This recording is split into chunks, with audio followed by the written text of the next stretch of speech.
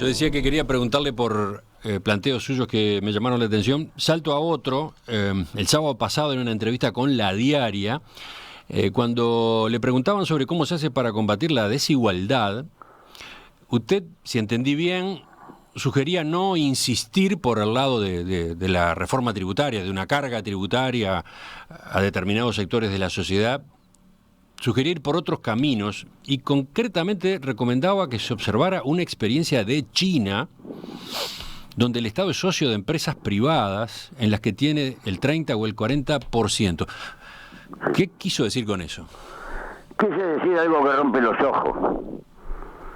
El mundo está lleno, aún en los países ricos, con estados pobres que están tapados de deuda, salvo el Estado chino, porque en el año 2000 tenía más o menos el 35% del patrimonio productivo de China, y 20 años después, con tasas de crecimiento del 6, el 7, el 8% anual, sigue teniendo el 35%. Es un Estado rico. Por supuesto que ellos tienen sus métodos, su camino y cosas que son imposibles, y pertenecen a una cultura distante. Le cuento una para tener una idea, que la gente se olvida.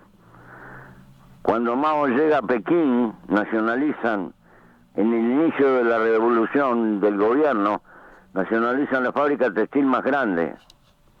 ¿Sabe a quién pusieron de gerente? Al dueño. ¿Cómo hicieron? Yo qué sé. Son cosas de los chinos. Pero me refiero a una línea. ¿Por qué? Porque yo sé que hay un mundo ideal que podría ser parecido al que vivió el mundo occidental después de la Segunda Guerra, con la tributación progresiva. Pero ¿qué pasa?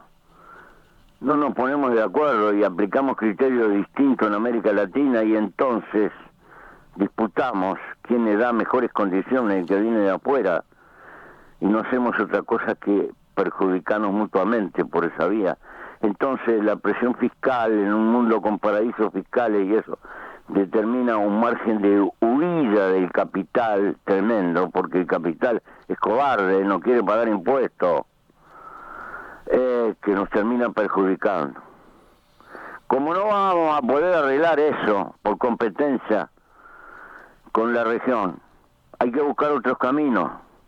Y se me ocurre que vale la pena pensar ese, porque además existen... A ver, pero usted está hablando de que el Estado, yendo al caso de Uruguay, ¿no? El Estado se transforma en inversor. ¿El Estado es inversor en empresas privadas que ya existen, por ejemplo? No, algunas pueden ser que existan, o otras que se funden con capital nacional. Hay que estudiarlo, porque el problema es que no le ocurren al Estado todo lo que se quiera. Pero ha habido experiencias en Uruguay, ¿no? A través de la Corporación Nacional para el Desarrollo, en periodos incluso previos al Frente Amplio.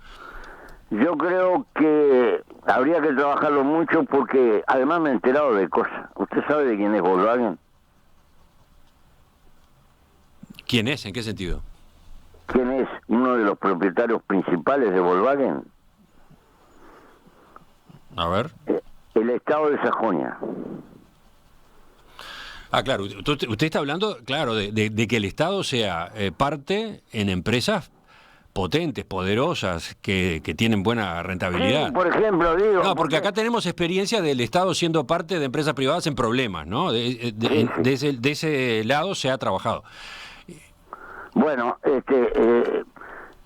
el Estado puede buscar una forma interesante. Mire, le voy a contar una anécdota que es real. Cuando insistimos en la política de los molinos, vinieron empresas de aquí, de allá, muchas de las cuales le pidieron crédito al Banco República y pusieron los molinos con plata del Banco República. Entonces terminamos haciendo el papel de la pavota. Pusimos el mercado y pusimos hasta el capital. ¿Usted se refiere a toda la política de cambio de la matriz energética, a la instalación de los parques de aerogeneradores? Sí, entonces, Pero además tenemos otro problema que se junta con lo que le dije. Ahora se va a discutir la seguridad social, no quiero ni opinar de eso, está bien. Pero si prolongamos la evolución demográfica del Uruguay, este es un problema trágico que vamos a tener. Por lo tanto, sería inteligente empezar a invertir en inversiones reproductivas cuyo destino inequívocamente sea asignado para respaldar a la seguridad social. Porque en el futuro tenemos este dilema: o subsidiamos fuertemente o vamos a tener una explosión de desigualdad que va a ser una vergüenza. Usted sugiere este camino, el del Estado participando en Sí, empresas privadas, no en la medida de lo posible exitosas, a efectos de que por esa vía se recaude, por esa vía se obtenga ingresos para el Estado y no por la vía de los impuestos, o bueno, además de lo que se obtiene por la vía de los impuestos. Sí, pero no exagerar la vía de los impuestos porque produzco una falta de inversión y una disparada del capital porque es desgraciadamente cobarde. ¿Cómo explica que en el momento de crisis aumentaron los depósitos y la plata que salió para afuera? Ahí está al revés. Usted está hablando del Estado integrando capital accionario de empresa privada, pero no gestionando. Sí, y fundamentalmente en el interior. Sí. No gestionando. Y esta es una idea, de nuevo, es una idea suya. ¿Tiene algún predicamento en su sector, el MPP? ¿En el Frente Amplio se la llevan? ¿Cómo es? Yo estoy tirando piedra a la azotea. Porque la vida es cambio. Y hay que intentar aprender del mundo. Y aprender por todas partes y revisar. Porque si tú quieres cambiar, no puedes seguir haciendo lo mismo. Entonces, yo creo que tenemos que ayornarnos, porque el mundo está entrando en otra época. Junto al capital viene la epopeya del conocimiento y este país necesita una fortuna para meter en la cabeza de las generaciones que vienen, si no vamos a quedar en el mundo de los irrelevantes. El conocimiento en el conjunto de la población cada vez va a ser más decisivo en el futuro, no en mi mundo, en el que se nos viene encima. Y eso significa que tenemos que desarrollarnos y tenemos que apelar a todo. Pero esta discusión no la podemos tener. Bueno, yo como tengo el tiempo, me devano la cabeza, porque tengo antropológicamente el vicio de preocuparme por una época en la cual no voy a estar vivo. A propósito de lo último que venimos conversando, Mujica, esa idea suya, ese planteo suyo para que el Estado ingrese como socio minoritario en empresas privadas exitosas a efectos de obtener por esa vía renta, obtener recursos para financiar, por ejemplo, políticas sociales o para financiar nada menos que los mayores gastos de la seguridad social. Hay oyentes que señalan que ya hay experiencias de ese tipo.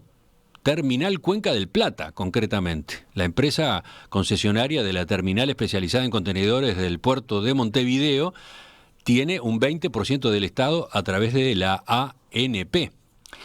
El otro 80% es de la compañía belga Catunasi. Sin embargo, el Frente Amplio y usted mismo critica la extensión de la concesión hasta el año 2081. ¿Qué responde?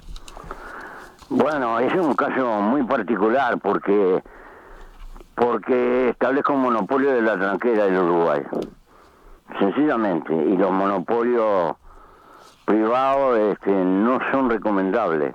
Aunque la economía moderna está llena de tendencias hacia la concentración oligopólica.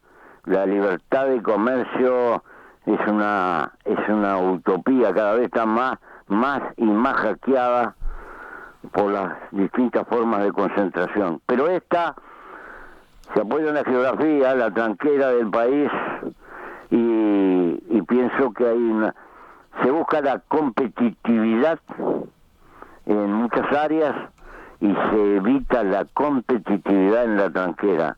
eso es lo que no puedo acompañar. Ahí está el motivo de su crítica al acuerdo entre el Estado de Catugnasi y a la prolongación de la concesión. Pero en cuanto a modelo de participación del Estado en empresa privada, es más o menos eso lo que usted dice. Sí. Desde el punto de vista, estoy de acuerdo con esa línea. Sí, estoy de acuerdo. Y sobre todo, dedicado al interior. Por lo siguiente, porque este país necesita desarrollarse y nunca se va a desarrollar si no se industrializa el interior. Ojo, cuando digo industrializar, no me refiero a llenar de chimenea, me refiero al concepto económico, generar más valor en menos tiempo.